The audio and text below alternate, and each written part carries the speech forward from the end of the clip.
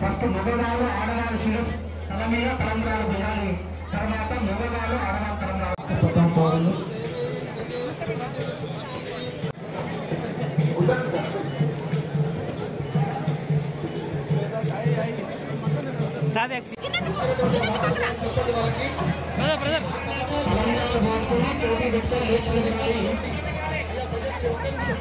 రాజాపదంతులు వారు ఆగండి ఒకసారి.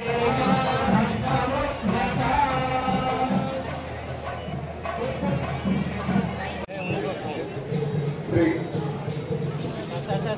రాజరాజు వెంకటయ్య గారికి, శ్రీ రామచంద్రయ్య గారికి. మహబూబ్నగర్ జిల్లా అచ్చంపేట నియోజకవర్గంలో నిర్వహిస్తున్నటువంటి వనవాసి సేవా ప్రకల్ప ట్రస్ట్ అనే విధంగా రెడ్ క్రాస్ సొసైటీ ఆధ్వర్యంలో నిర్వహిస్తున్నటువంటి చెంచు సామూహిక వివాహాలకి రాష్ట్ర గవర్నర్ జిష్ణుదేవ్ వర్మ, అదేవిధంగా హైకోర్టు జడ్జి మాధవీలత, అదేవిధంగా మాజీ గవర్నర్ హర్యానా బండారు దత్తాత్రేయతో పాటుగా పుర ప్రముఖులందరూ పాల్గొన్నటువంటి పరిస్థితి కనబడుతుంది. అదేవిధంగా చెంచు గ్రామాలలో ఉన్నటువంటి చెంచు పెంటలకు సంబంధించినటువంటి వధువులు నూతన వధూవరులు ఎవరైతే ఉన్నారో వాళ్ళందరూ కూడా ఈరోజు 111 మంది జంటలను సెలెక్ట్ చేసి వాళ్ళందరూ కూడా 111 మంది జంటలకి సామూహికంగా వివాహాలు జరిపిస్తున్న పరిస్థితి. ఉదయం నుంచి కూడా ఇక్కడ 111 మంది జంటలకి కావలసినటువంటి వివాహానికి సంబంధించినటువంటి వస్తువులు అందజేయడము, పట్టు వస్త్రాలు సమర్పించడము, గవర్నర్ యొక్క ఆధ్వర్యంలో వివాహాలు నిర్వహించడము, వాళ్ళందరికీ కూడా గవర్నర్తో పాటుగా మాధవీలత, హైకోర్టు జడ్జి ఆశీర్వచనాలు ఇచ్చినటువంటి